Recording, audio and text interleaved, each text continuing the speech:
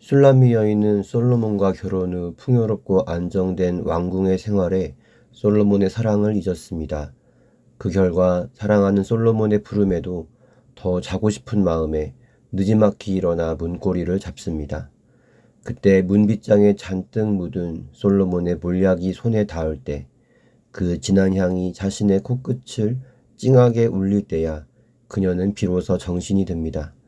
문을 열지만 이미 사랑하는 솔로몬은 그 자리를 떠났습니다. 왕을 찾기 위해 밖을 헤매며 소리를 치다 성벽을 파수하는 자들에게 매를 맞고 옷을 빼앗기는 수모를 당합니다. 그녀는 예루살렘의 여인들에게 솔로몬을 만나거든 자신이 상사병에 걸렸다고 전해달라 부탁합니다. 그들은 그녀에게 그가 너에게 얼마나 특별한 사람이기에 그토록 사랑하는지를 묻습니다. 그녀는 솔로몬의 아름다운 용모에 대해 자세하게 설명합니다. 솔로몬에 대한 여인의 묘사는 그를 정말 가까이에서 바라보지 않고서는 설명이 불가능합니다. 그만큼 여인은 왕과 친밀했습니다. 서로가 서로를 너무도 사랑했습니다. 교회는 신랑 되신 예수님을 잘 알아야 합니다. 성경에서 하나님을 안다고 말할 때 안다는 것은 관계적, 경험적으로 아는 것을 말합니다. 하나님과의 친밀한 사귐을 가지는 평신도가 사귐없이 성경 연구만 하는 사역자보다 하나님을 더 잘합니다. 우리는 하나님 아는 것을 힘써야 합니다. 어떻게 하나님을 더 잘 알 수 있을까요? 그분을 사랑하면 우리는 하나님을 잘 알 수 있습니다. 사랑하면 상대를 더 알고 싶어 합니다. 더 알기 위한 수고를 힘들어하지 않습니다. 그리고 알게 된 사실을 귀하게 여기고 기억합니다. 무엇보다 하나님은 사랑이십니다. 그러니 우리가 하나님을 사랑해야 하나님을 더 잘 알 수 있음은 당연한 것입니다. 술람미 여인의 어리석은 모습은 고난의 때에 신랑이신 그리스도를 단단히 붙잡고 사랑의 힘으로 이겨나갔지만 박해가 그치니 평화와 풍요의 사랑의 마음이 점차 식어가는 교회의 모습을 떠오르게 합니다. 교회의 타락이 어디서부터 시작되었습니까? 기독교가 로마의 국교로 지정되는 순간부터였습니다. 세상의 멸시를 받았던 교회가 세상 권력을 탐하기 시작했습니다. 하나님과 친밀한 교제보다 웅장한 건물, 많은 신도로 상징되는 영향력을 더 사랑하기 시작했습니다. 오늘의 교회와 성도가 누려온 축복은 하나님을 사랑하면서 오는 은혜였습니다.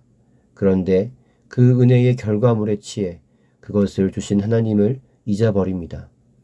애인이 준비한 값비싼 선물에 눈이 멀어 선물은 애지중지하나 정작 애인은 마음에서 멀어진 것이죠. 주님의 보호하심에서 벗어났을 때 비로소 우리는 주님의 소중함을 깨닫습니다. 정말 주님 없는 우리는 아무것도 아닙니다. 내 가족, 내 건강, 내 직장이 한꺼번에 흔들립니다. 마음이 항상 불안합니다. 어디 하나 기댈 곳이 없습니다. 결국 우리는 주님을 찾고 부르짖습니다. 주님, 제가 회개합니다. 다시 제게 오시어 이 모든 것을 회복시켜 주십시오. 이렇게 고난은 우리를 괴롭게 하지만 그 고난을 통해 우리는 주님의 소중함을 다시금 깨닫습니다. 주님이 주시는 축복보다 더 중요한 것은 주님 자신입니다. 주님 자신을 놓치면 모든 것을 놓치는 것입니다. 우리는 그러한 어리석음을 범하지 말아야 합니다. 솔로몬의 모습을 자세히 묘사한 후 이 사람이 내 사랑하는 자, 내 친구로다 라는 술람미 여인의 말에 예루살렘 여인들은 큰 감동을 받습니다. 그래서 그녀와 함께 솔로몬을 찾겠다고 말합니다. 그리고 여인들은 내 사랑하는 자가 어디로 갔는가, 내 사랑하는 자가 어디로 돌아갔는가 라고 묻습니다. 이 질문이 이상하지 않습니까? 여인은 지금 솔로몬이 어디에 있는지 모릅니다. 그래서 여인들에게 혹시나 그를 만나면 내가 상사병에 걸렸다고 전해달라고 부탁한 것입니다. 그런데 이 여인들이 어디 있는지 알지도 못하는 술람미 여인에게 솔로몬이 어디 있냐고 묻습니다. 그런데 더 이상한 것은 술람미 여인의 답입니다. 2절 말씀입니다.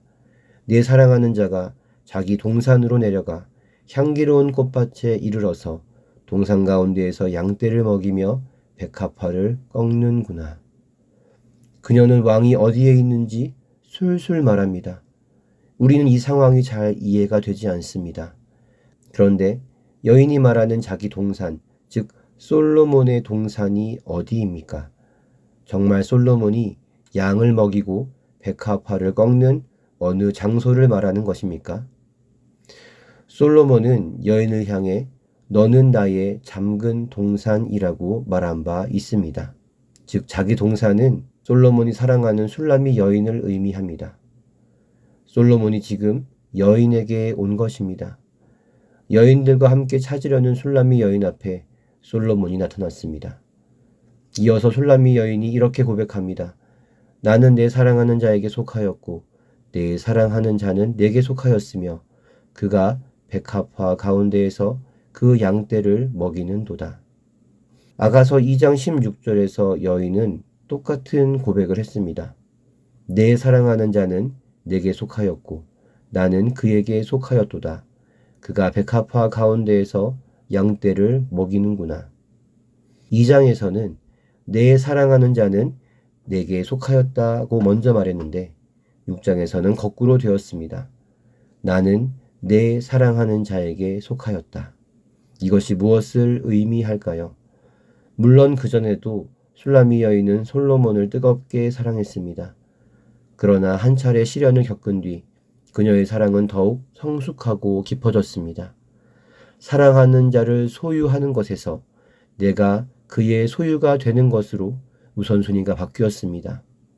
주님은 항상 내 편이어야 해. 주님은 항상 내 기도를 들어주셔야 해.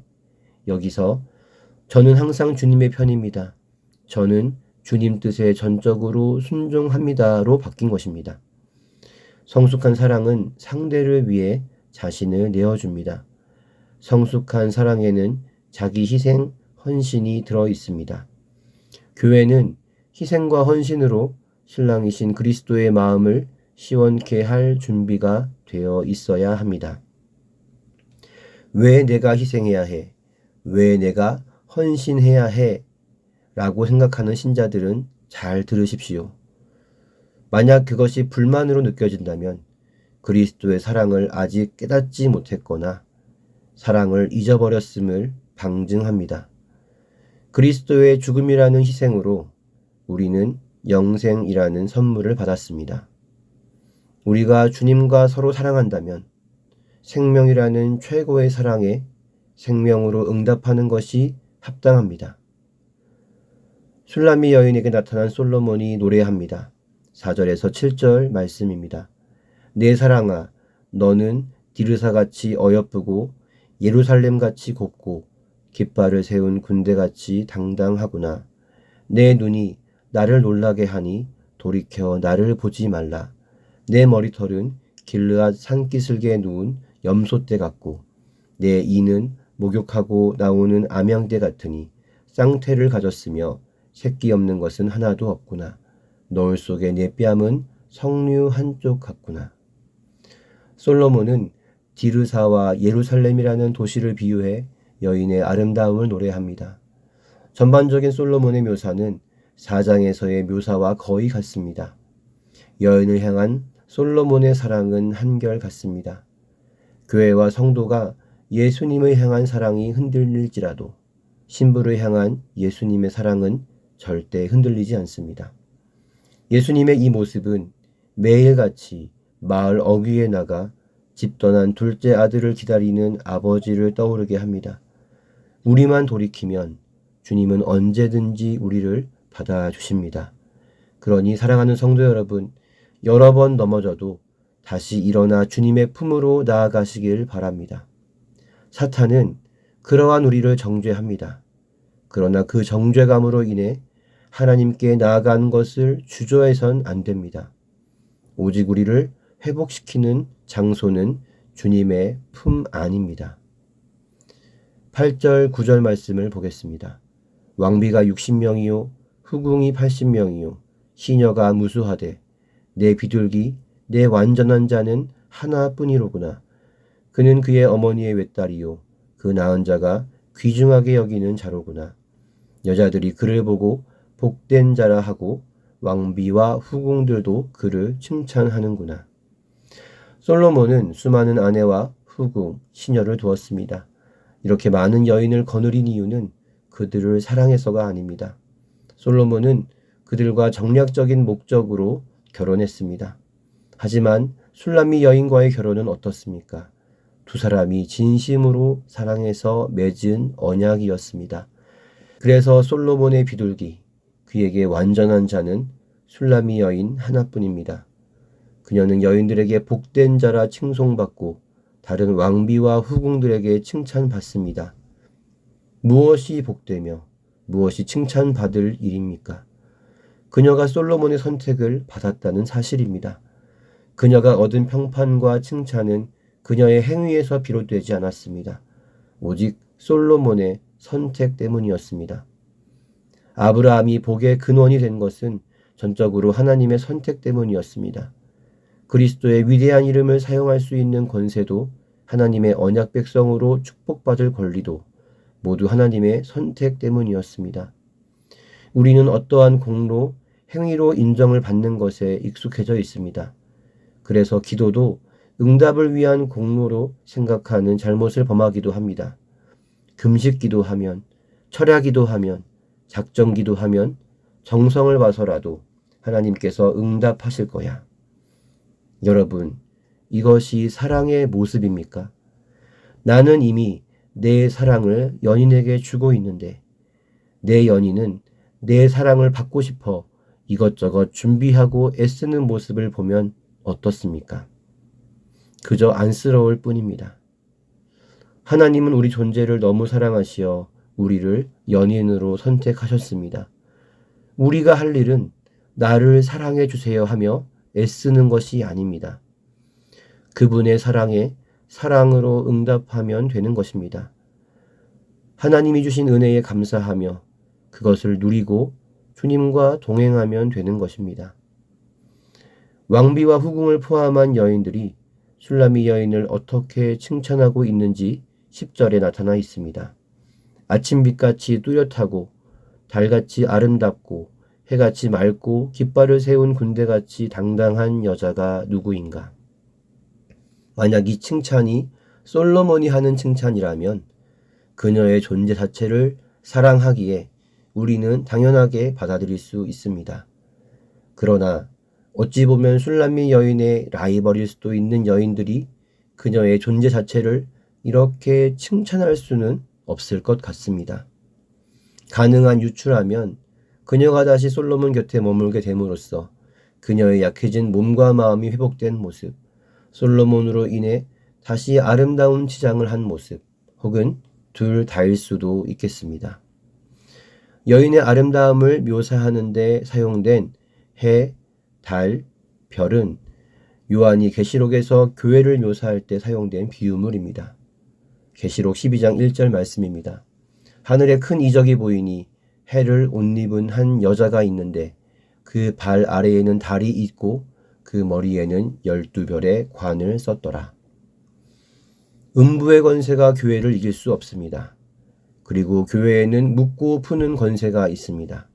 마태복음 16장 18절 19절 말씀입니다. 또 내가 내게 이르노니 너는 베드로라. 내가 이 반석 위에 내 교회를 세우리니 음부의 권세가 이기지 못하리라.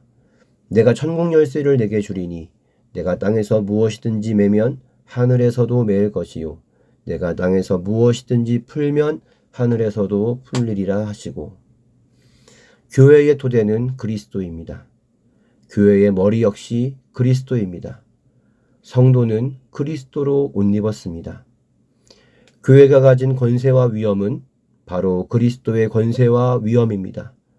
그리스도의 몸인 교회가 머리이신 그리스도께 단단히 붙어 있을 때, 신부 교회가 신랑이신 주님께 붙어 있을 때, 세상은 교회에서 그리스도의 찬란한 영광을 보게 됩니다. 11절 12절 말씀입니다. 골짜기에 푸른 초목을 보려고 포도나무가 순이 났는가 석류나무가 꽃이 피었는가 알려고 내가 호도 동산으로 내려갔을 때에 부지 중에 내 마음이 나를 내 귀한 백성의 수레 가운데에 이르게 하였구나. 여인들의 칭찬을 들은 술람미 여인은 호도동산으로 내려갔다고 나옵니다. 아까도 말씀드렸다시피 동산은 술람미 여인을 의미합니다. 그녀가 얼마나 지혜로운지, 그녀가 얼마나 속이 깊은지가 이 구절에서 잘 드러납니다. 그녀는 여인들로부터 칭찬을 받았습니다. 사람은 칭찬을 받으면 교만해지기 쉽습니다. 그것을 더 드러내고 사람들에게 인정받고자 합니다. 하지만 여인은 정반대의 행보를 보입니다. 칭찬을 듣고 오히려 자신의 내면을 살핍니다. 솔로몬의 아내로서 그리고 왕비로서 그녀는 자신이 남편과 그의 백성을 사랑하기에 무엇을 줄 수 있을지를 고민합니다. 동산 안에 있는 나무의 순과 꽃들은 이러한 여인의 성품과 삶의 모습을 상징합니다. 그녀는 부지 중에 자신의 마음이 자신을 이끌었다고 말합니다. 사랑이 그녀를 움직이게 했습니다. 솔로몬의 필요가 무엇일까? 나는 어떻게 그의 필요를 채울 수 있을까? 그의 백성의 필요는 무엇일까? 나는 어떻게 그들의 필요를 채울 수 있을까? 여인의 이 고민은 어떠한 계산에서 나오지 않았습니다. 본능적으로 사랑이 그녀에게 시킨 것입니다. 주님을 사랑하면 무엇이 주님을 기쁘시게 하는 일인지를 본능적으로 찾게 됩니다. 어떻게 하면 더욱 주님을 기쁘시게 할까 본능적으로 고민하게 됩니다. 또한 주님의 백성인 교회와 성도의 필요를 우리는 본능적으로 찾고 또 채워주고 싶어 합니다. 사랑은 자발적으로 우리를 움직이게 합니다. 헌신과 희생이 전혀 우리에게 무거운 짐으로 느껴지지 않게 합니다. 창세기 29장 20절 말씀입니다. 야곱이 라헬을 위하여 7년 동안 라반을 섬겼으나 그를 사랑하는 까닭에 7년을 며칠같이 여겼더라. 사랑의 힘이 이렇게 놀랍습니다. 즐겁게 일하게 만드는 힘, 헌신과 희생을 손해와 낭비로 여기지 않게 만드는 힘이 바로 사랑에 있습니다. 그러니 사랑하는 성도 여러분, 주님과의 사랑을 회복하시고 이 사랑을 더욱 키워나가시기를 진심으로 바랍니다. 13절 말씀입니다. 돌아오고 돌아오라 술람미 여자야. 돌아오고 돌아오라 우리가 너를 보게 하라. 너희가 어찌하여 마하나임에서 춤추는 것을 보는 것처럼 술람미 여자를 보려느냐. 이 구절은 두 문장으로 되어 있고 각 문장이 매끄럽게 연결되지 않습니다. 한글 번역본으로는 전혀 구분할 수 없으나 히브리어는 단어마다 남성형, 여성형, 복수, 단수 이렇게 나누어져 있어 이 문장이 누구의 말인지가 쉽게 드러납니다. 첫 번째 문장 돌아오고부터 보게 하라까지는 여인들의 목소리이고 그 다음 문장인 너희가 어찌하여부터 여자를 보려느냐까지는 솔로몬의 목소리입니다. 여인들은 술람미 여인을 환영하고 있습니다. 그녀를 보고 싶어 합니다. 그런데 솔로몬은 그런 그녀들을 꾸짖습니다. 너희가 어찌하여 마하나임에서 춤추는 것을 보는 것처럼 술람미 여자를 보려느냐. 솔로몬의 사랑을 받고 싶어 하는 왕비들과 후궁들의 눈에 그녀가 곱게 보일 리 없습니다. 그들은 그녀가 어떠한 사람인지를 모릅니다. 화려한 춤으로 왕을 홀리게 하는 사람 정도로 생각했을지도 모릅니다. 솔로몬은 그들이 사랑하는 여인을 그렇게 보는 것을 참지 못합니다. 솔로몬은 그녀들을 꾸짖습니다. 세상이 생각하고 또 기대하는 교회의 모습이 있습니다. 그들은 교회가 평화를 외쳐야 한다고 말합니다. 약자를 돕고 윤리를 선도하고 정의를 외치는 등 온갖 좋은 말들을 교회에 갖다 붙입니다. 말만 들으면 참으로 이상적입니다. 그러나 세상이 기대하는 평화는 종교의 통합, 그들이 도와야 한다는 약자에는 동성애자들을 포함한 성소수자들이 들어있습니다. 그들이 외치라는 정의에는 사회주의적 이념도 포함되어 있습니다. 세상이 요구하는 교회의 정체성에는 중요한 것이 빠져 있습니다. 바로 복음입니다. 마치 여인들이 술람미 여인을 짙은 화장과 화려한 옷을 입고 춤추는 무의로 여기듯이 말입니다. 술람미 여인은 이들이 자신을 바라보는 시선에서 자신의 정체성을 찾으면 안 됩니다. 마찬가지로 교회 역시 세상이 기대하고 요구하는 시선에서 자기의 정체성을 찾아서는 안 됩니다. 교회는 창립자이신 예수님에게서 자기 정체성을 찾아야만 합니다. 주님이 교회의 머리이시고 주님이 교회의 신랑이십니다. 주님의 눈에 우리는 거룩하고 흠이 없는 완전한 자입니다.